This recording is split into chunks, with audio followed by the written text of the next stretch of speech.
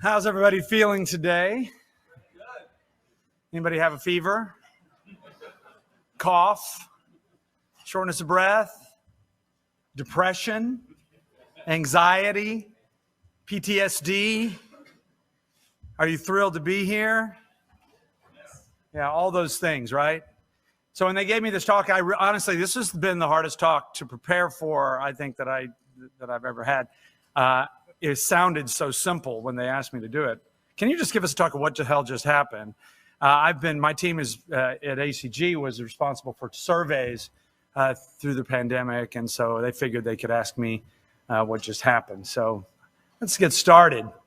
So let's see if has everybody been on the polls yet? There's 4 questions on the app. You can answer them all now, one after the other. You have to answer one to get to the next. And the first is a kind of a question to see how honest you are. Prior to the pandemic, do you know who Anthony Fauci was? Okay, so we have a few dishonest people in there. If I was going to sell this as a script in Hollywood, it might sound something like this. Scientists, slightly deranged scientists, crawling around in caves in southern China, obtained dangerous viruses from bat guana and took them back to their lab where they manipulated those viruses, and then they, through gain-of-function research, made them more lethal. And then when an accidental release from the viral lab occurred, it infected not just the scientists, but people around the lab. And the Chinese Communist Party suppressed that information and tried to hide it just long enough for a worldwide pandemic to occur, killing tens of millions of people and causing political and economic chaos, panic, and confusion. You say, well, I already seen that movie, Lewis. Right? I say, no, actually you haven't. This is a real story about a real contagion, and not just one contagion, but 2. One by a virus and one of the mind. And that's where we are now. The main characters I'm going to talk about today are contagion, credibility and the crisis therein, and resilience and what it means, and do we have it?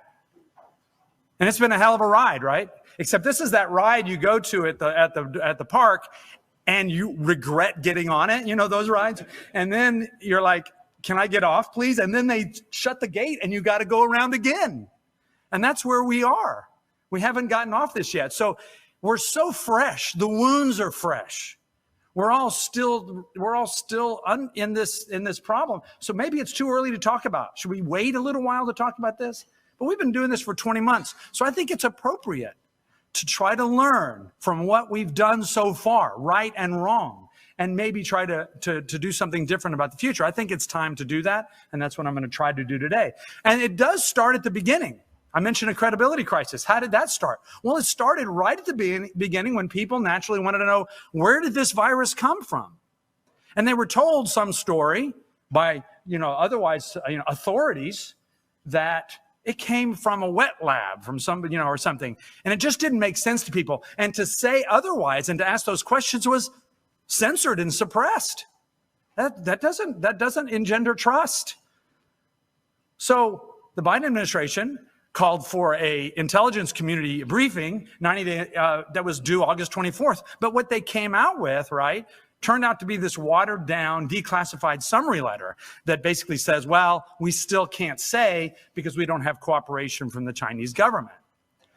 Meanwhile, the minority members of the House Foreign Affairs Committee also released a report, which is actually really fun to read. It's 83 pages long, 227 references, and gives a detailed timeline with lots of fascinating intelligence, including sort of political intrigue and virology and a variety of things. And I recommend that you read it. But basically what they're saying is that these viruses, that the evidence says these viruses were extracted from caves sometime between 2012 and 2015. And that sometime around September 12th, when the lab was locked down, there was an accidental release from the Wuhan Institute of Virology. And that unfortunately for the world, in October, Wuhan happened to be the host of the International World Military Games, which involves thousands of athletes, by the way, and over 200,000 volunteers.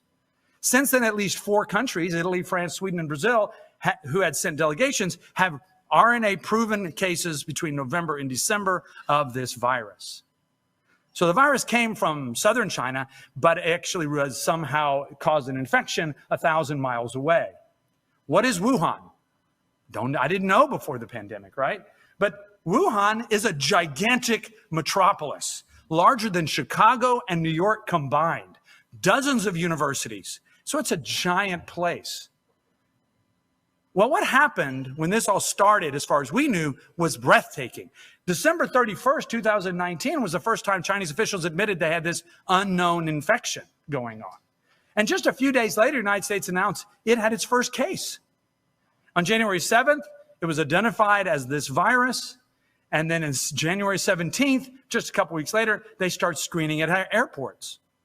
January 23rd, China placed Wuhan under quarantine, although it's quite clear that actually Wuhan was under quarantine long before that. On January 27th, the task force of the president starts meeting every single day. On January 30th, there was declared as a global health emergency. On January 31st, the White House announced it was going to ban entry from foreign nationals who traveled to China. That first year was breathtaking.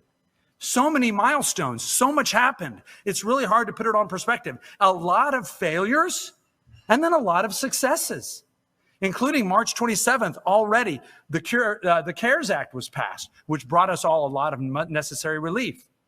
Nevertheless, the virus took off, and then we had some, triumphs as it related to therapeutics, and finally the vaccines that same year. The thing that affected us all the most was this so-called lockdown. On March 16th, the White House announced its COVID task force social distancing guidelines, 15 days to flatten the curve. But what this became was a lot longer than 15 days and different all across the country. Disorganized, but basically state and local lockdowns of a variety of degrees that have lasted all the way up until early of 2021. This affected our lives. Early on, there were so many questions, so much we didn't know. How was the virus spread? How many people had already been infected? We didn't even know. How can you function without knowing these things? Who's at risk? How do you count and keep track of cases or deaths? How we decided to do that has impacted us mentally all the way until today and in our responses. Should we trust the predictive models that the policymakers used? Should we require masks for the first time in America? Will lockdowns slow the spread? Should the public response, take into account only suppression of the virus, or should it take into account economic and societal harms? What would those harms be? How do you weigh costs and benefits of something when you don't know either one?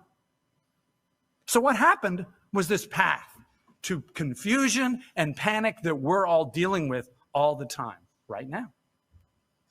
It started with terrifying models. The Imperial College model predicted 40 million dead in 2020 and 2.2 million dead in the United States. Shortly thereafter, on March 26, the Institute of Health Metrics and Evaluation at University of Washington released its model. This was the model that we ended up using predominantly in the United States. It predicted a sharp and unstoppable rise of the virus and a requirement for far more beds and ICU beds that were available. We had to learn this new vocabulary of risk mitigation, right? Isolation, quarantine, defining these things, PPE, essential workers, whoever they are, and unessential workers, whoever they are. We had closures, social distancing, mitigation, and mostly this idea of flattening the curve. Then the media was in full alert. It was not just weekly updates or monthly updates or list review. It was hourly updates, predominantly related to cases, test positivity, rumors, opinions. Fear peddling and clickbait went viral. I love this one. Who among us today will be dead by next month? Your cashier at your grocery store, your best friend, your child. The New York Times devoted, hasn't done this since World War II, the entire front page on May 24th to names of people killed by COVID. As Chuck Owen says, we had lots of numerators without denominators, headlines without context. Everyone became an expert. In late March, Governor Andrew Cuomo said the state needed 40,000 ventilators. Everyone is entitled to their opinion, he said. But I do not operate here on opinion. I operate on facts and on data and on numbers and on projections. They never needed more than 4,000 ventilators. Not just the media, but the public then clamored for lockdowns. It was not just something we imposed on us. We asked for it. We got involved. You may remember on April 1st, I sent out this memo to the members of 10 things you need to be doing right now in your practice. Things like renegotiating your PSA with your hospital. If you did that, you know the value, right? So, but a variety of other things, having regular meetings, taking care of yourself, supporting your staff, doing everything that it took to keep endoscopy available for your community. A week later, this was released by the ACG nationwide from me as chairman of the Practice Management Committee. During this thing, we had two choices, basically. The idea of mitigation on one side or total viral suppression on the other. So the mitigation side would have been things like isolating suspected cases, quarantine known exposures, targeting, protecting the vulnerable, so-called focused protection, right? Then the total suppression round is social distancing for everyone, sheltering in place for all non-essential workers, widespread economic lockdowns, etc. That's the path we ended up choosing, at least in 2020. During this time, the ACG task force, called the Endoscopy Resumption Task Force, tasked me and a team to survey the membership. We surveyed the membership 3 times during 2020, each exactly 2 weeks long, and you can see when those occurred. We then had a series of webinars. As you can see, now there have been 6 altogether, updating membership. The surveys were very successful, actually. We reached a lot of people, a lot of doctors, but across a lot of different practice types, as you can see, in 47 states and Puerto Rico. We surveyed things like practice characteristics, endoscopy practice, outpatient, hospital, and financial outcomes. The majority of doctors shut down. About 60% shut down for at least 2 weeks. But by January, all the results I'm going to show you, by January, most of them had reopened. Some in January of 2021, as you can see, had actually shut down, reopened, and shut down again.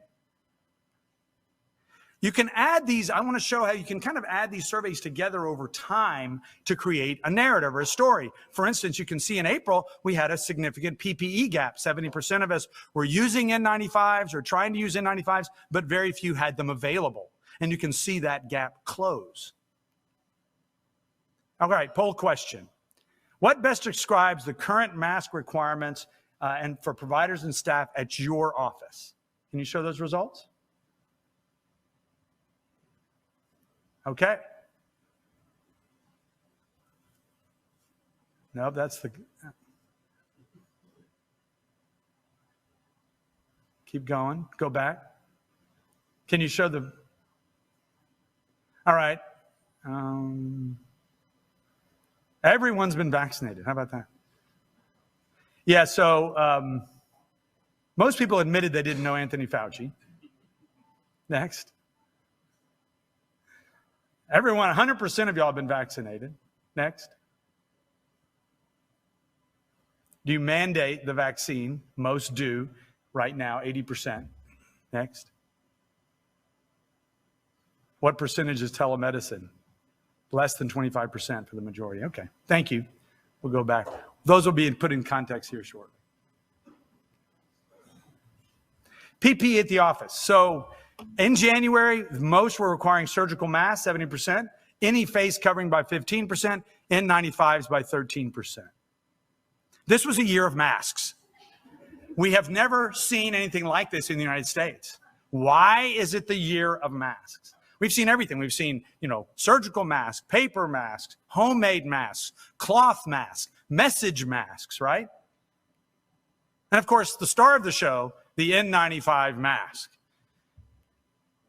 Why is this now a big recommendation? Why haven't we heard of this before? Why is it? Well, it's fascinating because In 2017 and in 2019, you can see the most recent CDC and World Health Organization guidelines as it relates to pandemic response recommendations.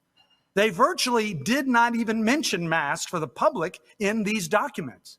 Decades of research have shown them to be ineffective. In 2017, as you can see, they said, quote, they might be worn by ill persons, and also there is little evidence supports the use of face masks by well persons in community settings. The WHO said, quality of evidence, it says there is moderate overall evidence quality, that evidence that face masks do not have substantial effect on the transmission of influenza. Now, we've all been through this ritual, the N95, fitting and testing at our facilities. And we've all learned that wearing an N95 mask properly, for the most part, is extremely difficult to do. It's not so easy. I wore an N95 mask for months that turned out that failed the testing. Well, these were designed for short-term protection in an environment where you might be exposed, not to be lived in. So as healthcare providers, what is the evidence? We know that the physical properties of N95 masks can filter SARS. Those little 2 to 5 micron particles that carry the virus are filtered 95% of the time by N95 masks. But in vivo, when you study it in healthcare workers, it doesn't seem to make a difference, whether it's N95 masks or surgical masks. What does that mean? Probably means it's hard to wear them right. Cloth masks have repeatedly been shown to be of no value and potentially of harm. Now, this is in the CDC website about how to wear a mask, and it highlights a couple of things. In order for a mask of your people of your patients and the public to be working, it has to have some things. It has to seal properly, right? It has to filter the air, not just redirect it around the edges, right? And it has to be clean. It has to be managed. The masks that are being worn in public are filthy, especially by children. I wonder why they don't work. There have been in the COVID era several studies, not very many. I scoured the earth for these studies. Why are we doing, public mask mandates? Here's a study in Denmark, peer-reviewed, adequately powered, and published. And it showed basically that in Denmark, 4,000 do, 4,000 do not surgical masks, provided the masks, taught them how to wear them, did not make a statistical difference. Then we had this study that was recently released, not peer-reviewed, preprint working paper by an organization called Innovation for Poverty Action. And they did a big study in rural Bangladesh and 600 villages. They take 300 villages where they taught everybody to wear surgical masks, provided the surgical mask, put monitors in the streets to see how it's going, used elders in the villages to model the use of these masks, et cetera. And in the villages where they did these interventions, mask wearing, proper mask went from 13 to 42%. And the number of cases, symptomatic COVID-like illnesses, went from 13,893 in the control group and 13,273, 620 less, in the intervention group. In 5 months, those differences were gone. So there's two sides to every story, right? Masks should work. They should be simple. It's not so simple. They're mostly symbolic. The more they fail, the more we need them. But the truth is that it's a psychological remedy for a largely psychological part of our pandemic. What about the vaccines? Why did we go so sideways on these? It's crazy, right? I never had so many patients reject my recommendations in my entire career. It's weird. We already know the answer to this question. 100% of you are vaccinated. So you should feel good about that, I think. And 80% are now mandating masks. As of January of 2021, 93%, in those 2 weeks, 93% of doctors surveyed were already vaccinated, even then. And 70% were requiring their staff to become vaccinated, but were not tracking it. And so, anyway, let's go to the messaging. Right? When we started this off, we were all excited about these vaccines, and rightly so. The most effective thing we've done in 2020, right, for this. And they were, touted as the elixirs, the magic elixirs of freedom. We were going to be able to take our masks off, go back to work, go to football games, weddings, see our grandparents, all that stuff. And most Americans have listened. As of September 13th, these are the statistics on vaccination. About 210 million Americans have been vaccinated fully. That's a lot.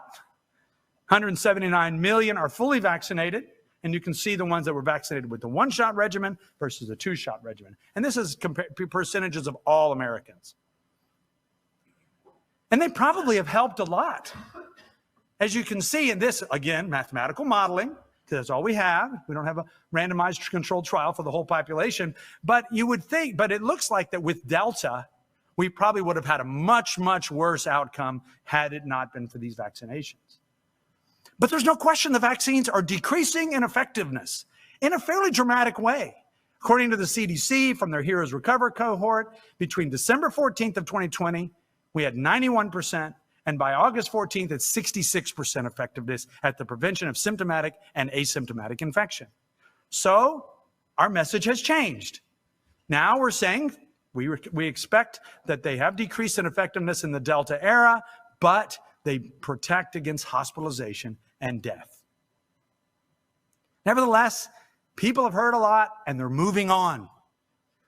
And they're not listening. And that's a problem. Back to the surveys. More things, patient volume, staffing, PPE in the office, telemedicine. We were a lot more put yourself back at the beginning of last year. We were really pretty optimistic. Believe it or not, 42% in April thought they would be at full volume in 30 days. Right? Yet only 20% were at full volume by 60 days. In fact, only 40% are at full volume all the way until January. Telemedicine was a very interesting story. Breathtaking how rapidly American doctors took this on. You know that right now, a lot fewer, less than 25% of you are using this most of the time, though. So prior to the pandemic, almost no one was using it. It rapidly fell off. So you can see in April, 67% said they were using it more than 75% of the time. And by January, it was 19%. And that's probably continued to fall off.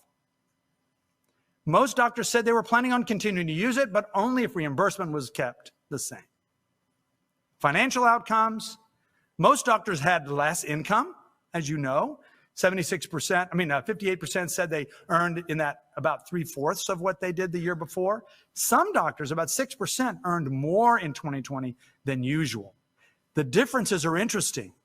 Doctors in solo practice were significantly more likely to say they lost money. And doctors in hospital employed or academic practices made more than usual. Did all this shelter in place and lockdown help? So the National Bureau of Economic Research produced this very excellent report analyzing the effect of shelter-in-place policies on excess deaths from COVID in 43 countries and all 50 states, failed to find that any of those countries or U.S. states that implemented these earlier had any decreased excess deaths, and failed to observe differences in excess death trends before and after the implementation. They made this very interesting statement. Even if shelter-in-place policies reduce COVID-19 transmission, their impact on overall health is unclear. Likely, these things had several important unintended consequences. That is the key phrase. What might those be? Get ready. First of all, SIP, shelter-in-place, there was complex changes in healthcare utilization because of them that actually worked against their effectiveness. And there was actually a decrease in health equity. Shelter-in-place caused economic devastation that caused hunger and deprivation around the world and in the United States. Dramatic rise in child abuse. Increase in domestic violence. Dramatic increase in serious mental health issues. This is really a big deal. Shockingly, as you look through this, notice that 25% of Americans between the ages of 18 and 24 considered suicide during this time, against a backdrop of 6% usually. What the hell? What about physicians and providers? Detrimental impact on the mental health of us. significantly. What about obesity? There's a mental health, there's a public health crisis. A dramatic increase in obesity, in childhood obesity. During last year, children 5 to 11 had an average overall weight gain of 3.7 kilograms, more weight gain in that 1 year than in the previous 20 years combined. Significant delays in medical care, cardiac care, cancer care. What about colorectal cancer screening and mammography? They decreased dramatically. Is that really important in face of a pandemic? Let's put it in context. Colorectal cancer and breast cancer generate 400,000 cases, 90,000 deaths a year. Following COVID, the National Emergency Declaration, there was a 90% reduction in colonoscopy and mammography. Now we're seeing what paid off is that now there are studies coming out, this one just last week, showing that patients who were diagnosed after this had more advanced disease, resulting in thousands of more cancer deaths. You've heard this story, the crazy increase in opioid overdoses. What's going on with that? How important is it? Let's put it in perspective. When you compare 2019 to 2020, there were 77,000 more funerals. That's how many more people died, according to the CDC, than in 2019. Not 375,000, right? The life expectancy of Americans dropped by a year last year. Overdoses are a little part of that equation. Why? There were 23,000 more people died of overdose in 2020 than in 2019, and 2019 was already the highest year ever.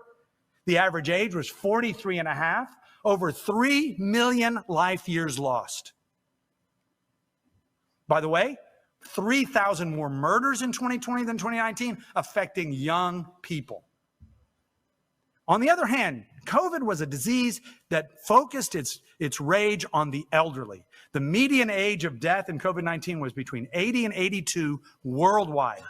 Only 50% of deaths can be considered preventable. 43% of American deaths due to COVID occurred in nursing homes. 43%. What about the obesity situation? It exposed our public health catastrophe of obesity. No question about it. It's the single most important independent risk factor for death by COVID. In Wichita Falls, Wichita County, I studied this. If you look at the, quote, younger deaths, we had 19 younger deaths prior to August 31st of this year. I reviewed all of those charts. The average BMI was 46.6 of our younger deaths. 5 of 19 had BMIs over 50. Crazy. So public health is supposed to protect the health of the public, right? It's supposed to improve our health, not just protect us from a virus. This is a great quote from Donald Henderson. He would roll over in his grave, the legendary dean of Johns Hopkins School of Public Health and recipient of the Presidential Medal of Freedom. He said, experience has shown us that communities face epidemics and other adverse events respond best with the least anxiety when normal social function in the community is least disrupted. Martin Kulldorff over at Harvard, current professor of medicine, said it was a strange time to be a public health scientist when so many have thrown public health principles out the window and the working class under the bus. Kulldorff, Gupta, and Bhattacharya from Harvard, Stanford, and Yale wrote this great Barrington Declaration, which has now been signed by over 14,000 public health professionals and 850,000 people. It's worth reading, talking about what is focused protection. So why did we go down the total suppression route? Well, you can't ignore social group dynamics and psychology. I'm going to highlight one thing about that. Carl Jung once said in 1933, it's become more obvious that it is not starvation, microbes, or cancer, but man himself who is the greatest danger, because he has no adaptation adequate to protect him against psychological epidemics, which are incidentally more devastating in their effect than the greatest natural catastrophes. So I'm going to talk about one of those dynamics, and that's groupthink. Very important. I think it's illustrative. What is groupthink? We all say the word. What does it really mean? It was a word from Yale University psychologist Irving Yannis, studying U.S. political fiascos such as the Bay of Pigs, Watergate, military invasion of Iraq. And he described it as, quote, a recurring pattern of dysfunctional decision-making by assemblies of otherwise intelligent people in those administrations.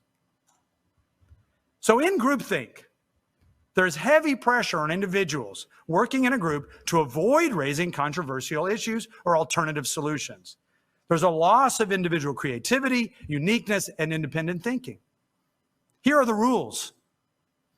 The members share a common viewpoint or belief not entirely based on data or objective or provable data, and may be made up of partial truths. Then the members of the group substitute consensus for objective reality. An in-group is formed around an leader often, and then an out-group is formed. The in-group seeks to diminish or disregard evidence that contradicts its views, and the out-group is professionally and, more importantly, personally marginalized. So this in-group, out-group dynamics, which has gone viral in America, is like this. The in-group has this illusion of inflated sense of certainty of their decisions, while the out-group, and then starts to underrate the abilities of its detractors, right? Then personally marginalizing, often dehumanizing them, to discredit them and control the narrative. This gets a lot worse in what we have now, a panic community. Situational context is very important.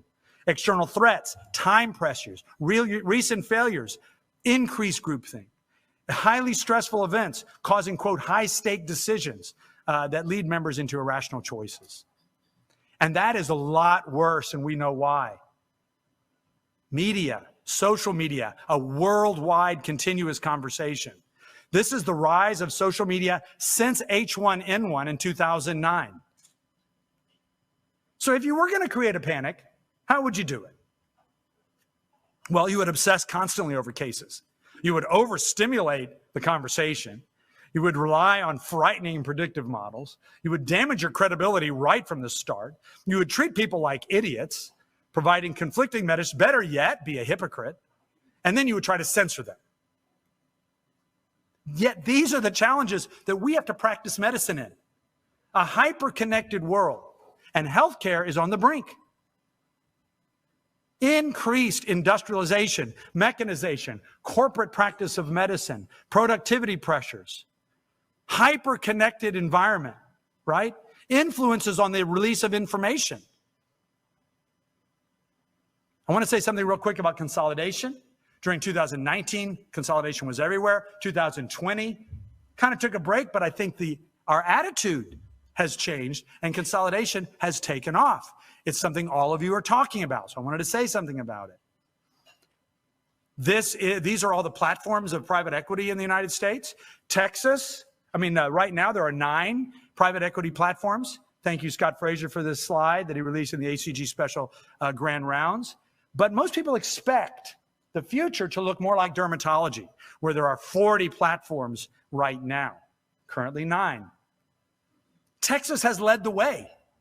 Because of the breathtaking expansion and growth of GI Alliance, Texas is probably the #1 state, unquestionably, in MSO activity.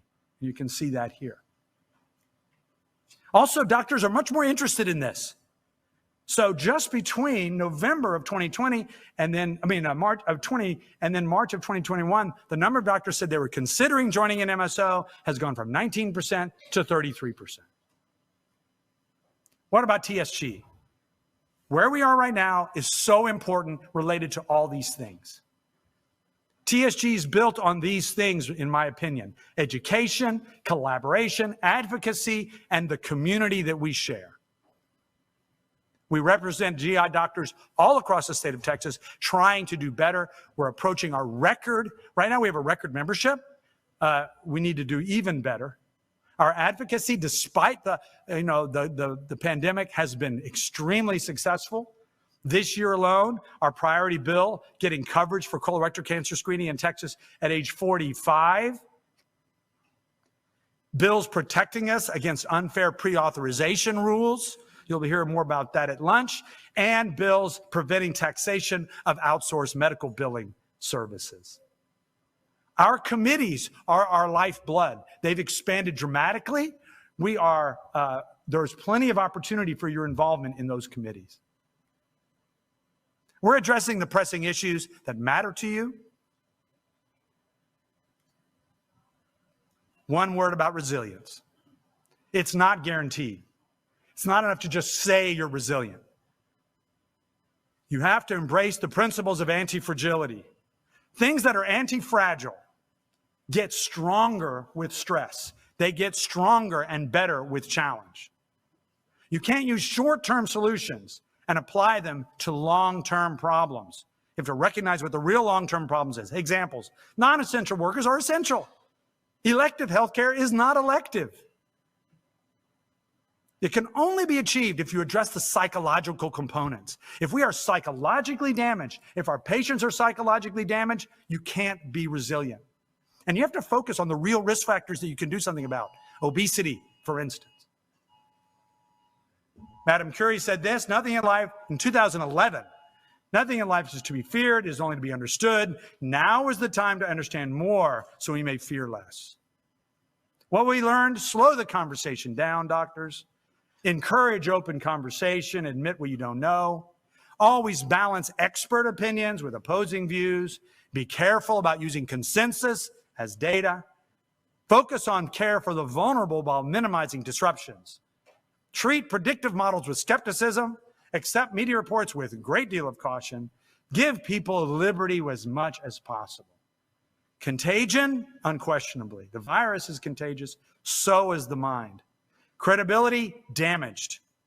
Needed, we have to have it. Resilience is being tested. The virus is resilient.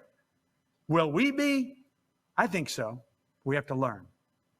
TSG is a big part of that. Thank you all for coming. God bless you.